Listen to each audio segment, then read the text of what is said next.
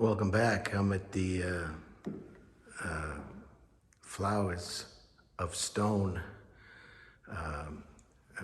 exhibit or museum, and I just couldn't leave without showing you this after seeing all those nice graves. It says, during the 19th century, the language of flowers was known and used to convey messages. At the same time, death was an important moment in social and economic life, including new romantic cemeteries filled with beautiful monuments. The combination of these two concepts resulted in a variety of stone flowers within the cemeteries that, meanwhile, we lost the ability to recognize and understand. In order to recover the key that allows us to understand the messages left in our cemeteries by our forefathers, we combine botany with cemetery symbolism, allowing us to identify the plants and their meanings. We know these messages to be better understand the past, to strengthen our connection with those who came before us, to be closer to the people we have never met but who are part of our personal and collective history. We invite you to know the flowers and their meaning, to know how to recognize them, and thus to read the messages that fill our cemeteries. So if you don't like flowers, you should sign off immediately. Longing, mourning, and that's the Sunday. I'm Scope, and these are what's incorporated in the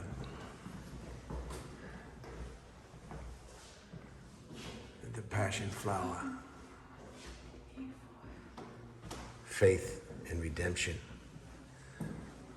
Native to South America.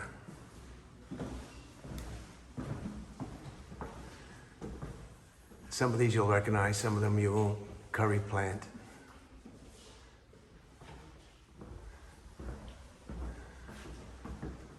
The Madonna lily. And the Madonna lily is associated with the Virgin Mary and consequently with the virginity, purity, and chastity. And they are incorporated quite a bit in the cemetery. You see these at wakes and funerals quite often. Let's swing around. Cypress.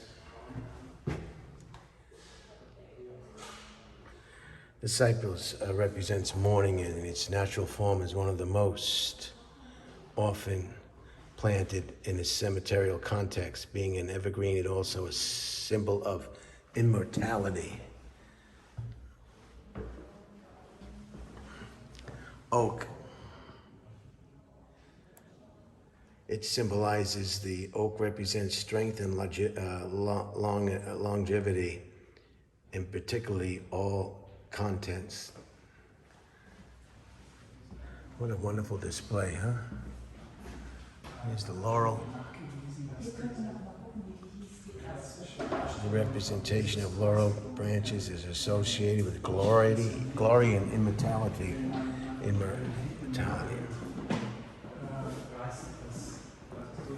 Ivy.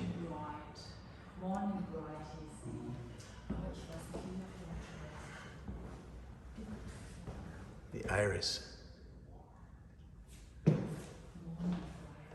The iris gets its name from the goddess Iris of Greek mythology. And opium poppy. Death and eternal sleep. Just a beautiful display here. If you're interested, a lot of people that aren't interested in flowers, but they are interesting in themselves. Grapevine, meaning the meaning associated with vines and grapes is usually abundance, but in a religious context, they symbolize faith and redemption, and they are incorporated quite often in cemetery concrete work.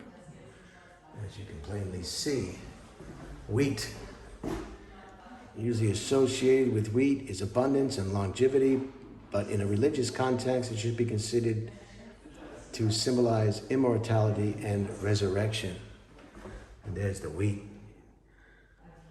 So this video will go right hand in hand with a little tour of the cemetery. This is above the chapel.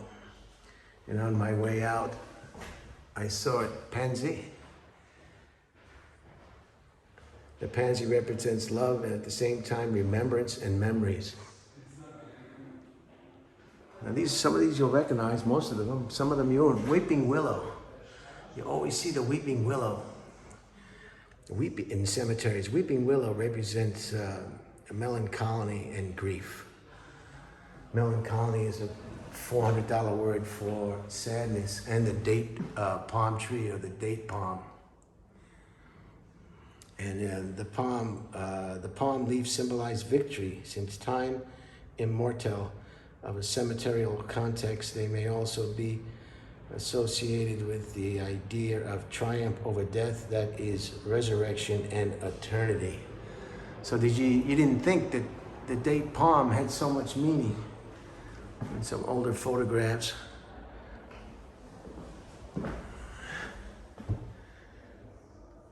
Just a beautiful display. And I got it all to myself. All to myself.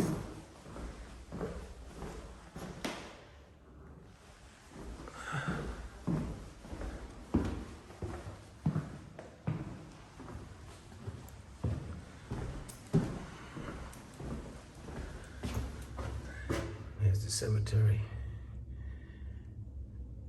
All right, let's move along.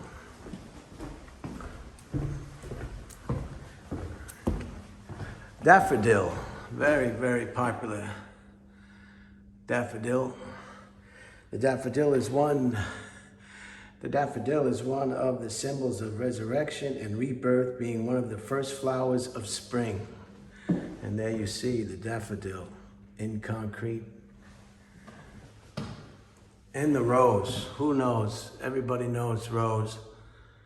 The rose foremost represents love, but like the Madonna lily, it has a strong association with the Virgin Mary and is often used to represent women. Hence, Valentine's Day. 15 species are here. The rose depicted are clearly ornamental cultivars, since all 15 native species have a single layer of petals, so and so and so and so, and so and so and so and so. And look at all the roses.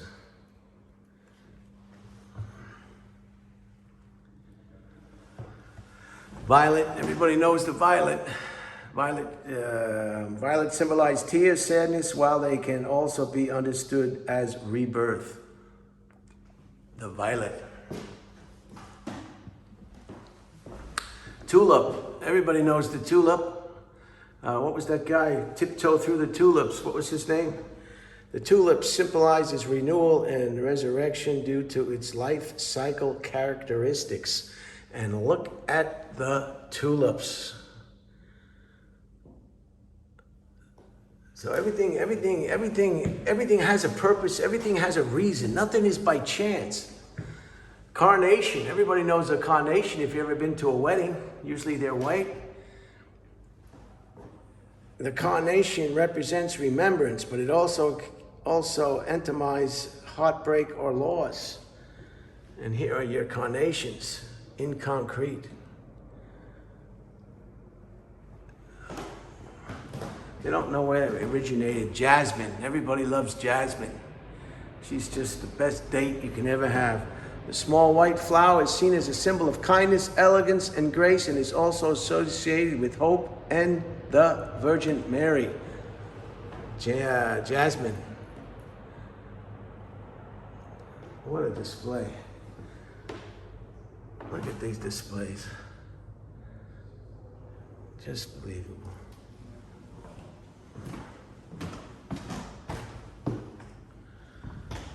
We're almost done. I think the Corinthia sum. I know how to say that word, but I can't say it right now, but you know what it is.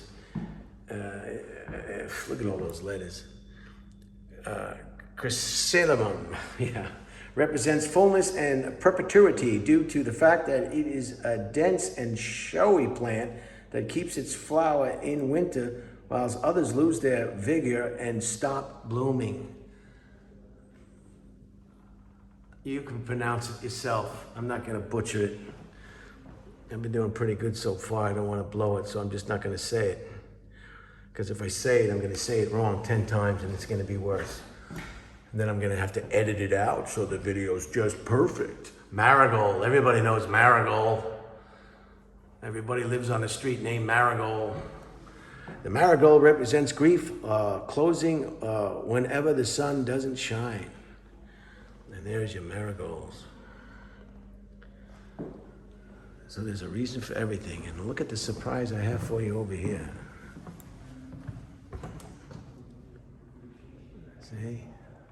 I'm up on the second floor of the cemetery chapel where this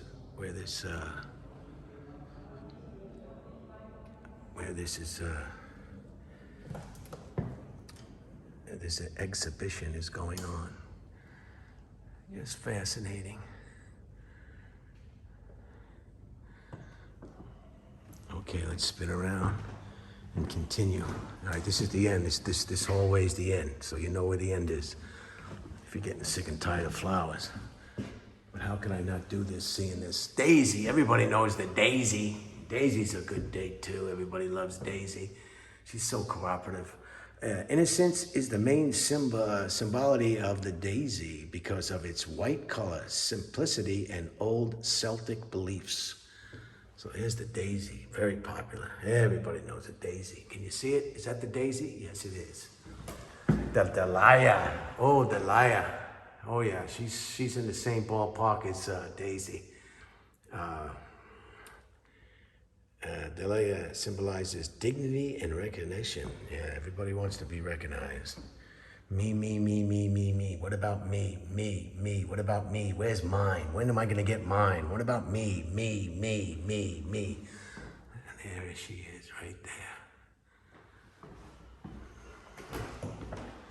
What's next? The lily. There's the lily. Everybody likes a lily, I tell you. The simplicity and whiteness of the lily are at the origin of its association with modesty and beauty. That's what we need a lot. We need a lot more modesty today, don't we? Look at the lily. See that? Moving right along. Forget-me-not. Everybody knows the forget-me-not. But I've never really, taken the time to see it. That's why I think this is a pretty good interpretation. The forget-me-not symbolize remembrance, memory, and the pain of separation. Forget-me-not. Hence, forget-me-not. Wonderful. Moving right along. The clover. A lot of people throw these out. They think they're weeds. In addition to being a symbol of Ireland, the clover represents vitality and also sacredness through its association with the Holy Trinity. There you see the clover. See? They just don't put this stuff together because they feel like it. There's reasons for everything. And this is wonderful, the sunflower. Who doesn't know the sunflower? Probably every child is taught about sunflowers. They actually look up at the sun and follow it through the day. Sunflower. The sunflower represents devotion and faith, but it was also associated with false riches. And on my way to Fatima, I saw a whole field of sunflowers. They can harvest these sunflowers and they can be in New York City on 2nd Avenue in no time. Thank goodness to jet airplanes. The sunflower, very popular. I don't know anybody who doesn't know what a sunflower looks like. And the lilac, oh, the lilac.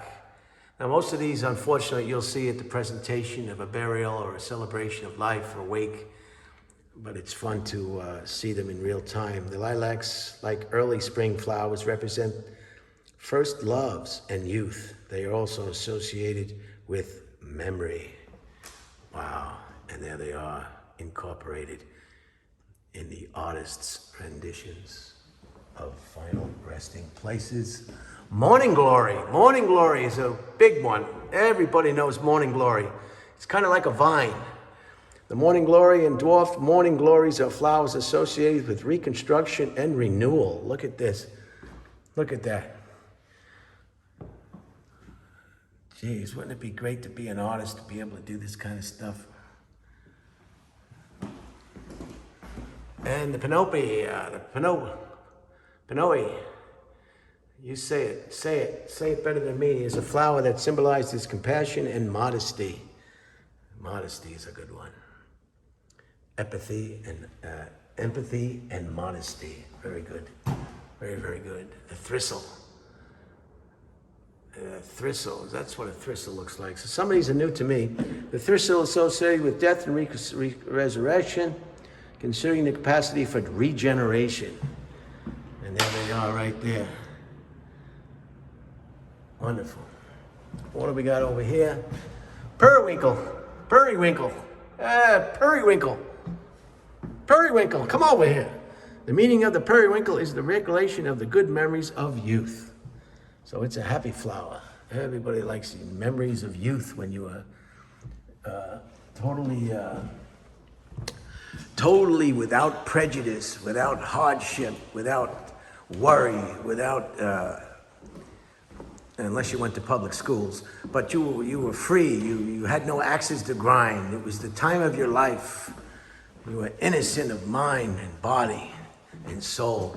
Pomegranate, holy cow, pomegranate. We all know pomegranate. Since classical times, the pomegranate is associated with rebirth and resurrection due to the legend of, say it for me, P-E-R-S-E-P-H-O-N-E. Say it for me, I know you can.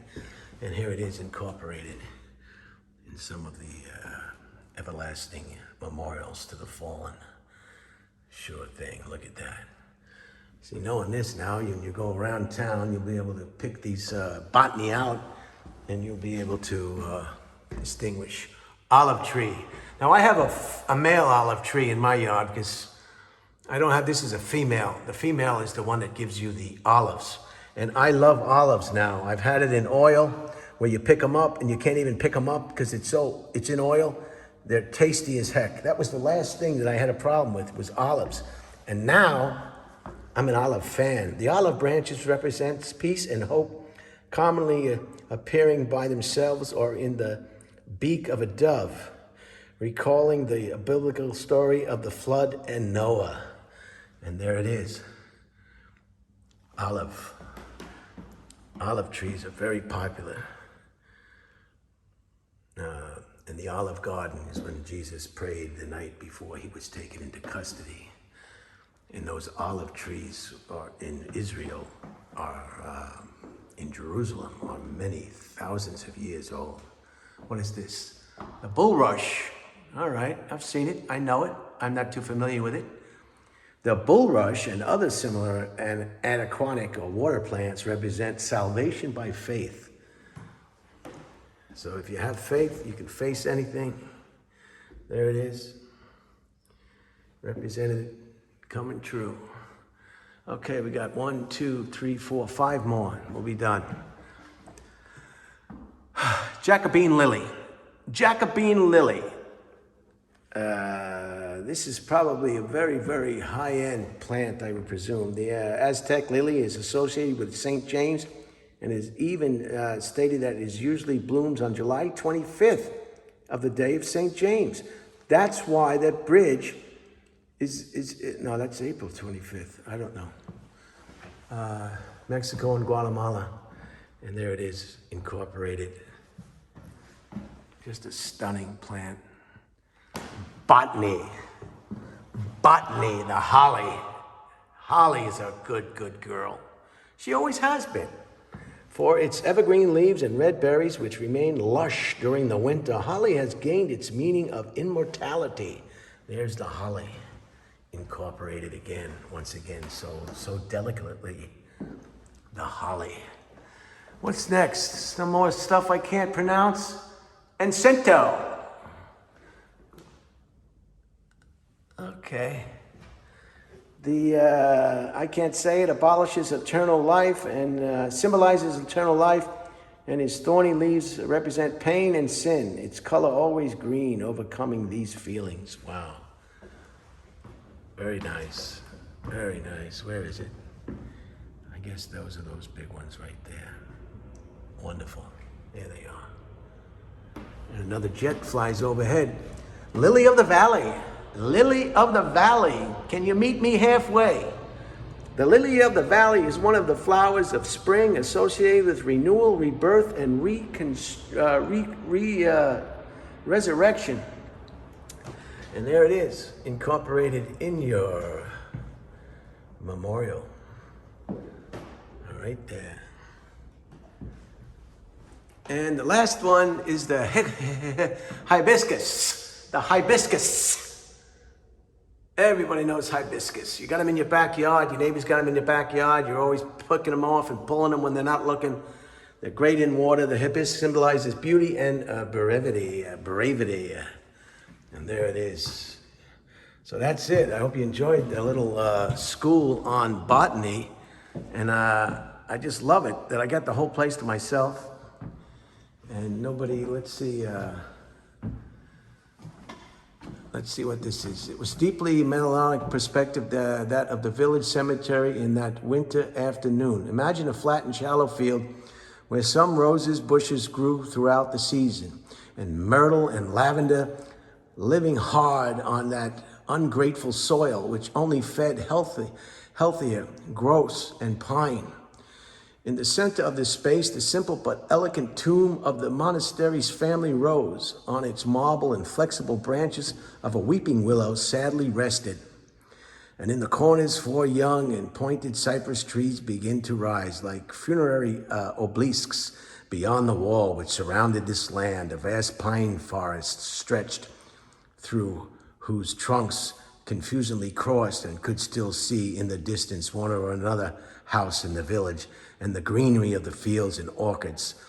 The parish church raised a short distance from there, the vane of the belfry and the whispering of the bare pollards, that's a tree, of the churchyard, stirred by the wind, still reached their mortuary. Is that mortuary? I hope it is. That was nice. That's a nice ending to this little tour. I hope you enjoyed it. And we're upstairs now. How could I leave without showing you this? Isn't that something?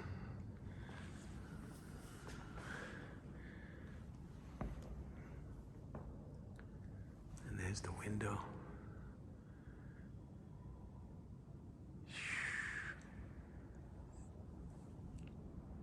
And you've got some flowers incorporated on there as well. So that's it. I'm gonna take it out. I'm finishing up. 20 minutes, 23 minutes, not bad. If you like flowers, if you like something you're not familiar with.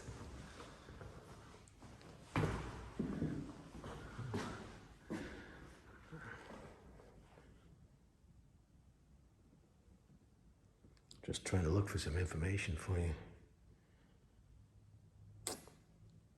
I don't know. Well, there it is. Okay, and I'll take you downstairs now. Look at these nice steps.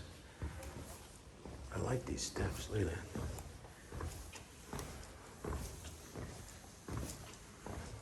that. Oh! See, you gotta watch your step when you're holding this camera, because one false move and you're on your way in an ambulance. If you get a chance, if you can make it, get a taxi, because the taxi will be cheaper than an ambulance ride. An ambulance ride can anywhere from $700 to $1,000. If you can make it if you can drive yourself, if you can drag yourself into the car and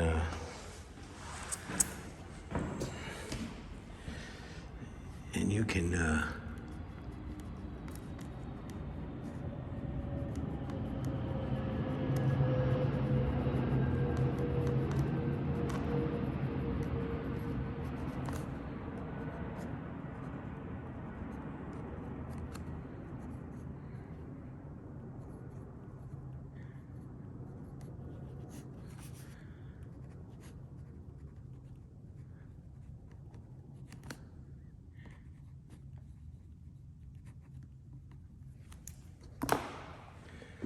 if you could make it to the If you can make it to your car, start the car and just drive to the nearest hospital, especially if you don't have insurance. Do not, because they will send you a bill.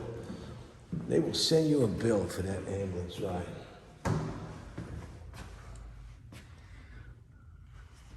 And go out this way. See the steps that we came down from? They will send you a bill for that ambulance ride. So if you can, do not call an ambulance. Now, of course, if there's no way around it, you gotta call. Oh, thank you, that was beautiful. Thank you.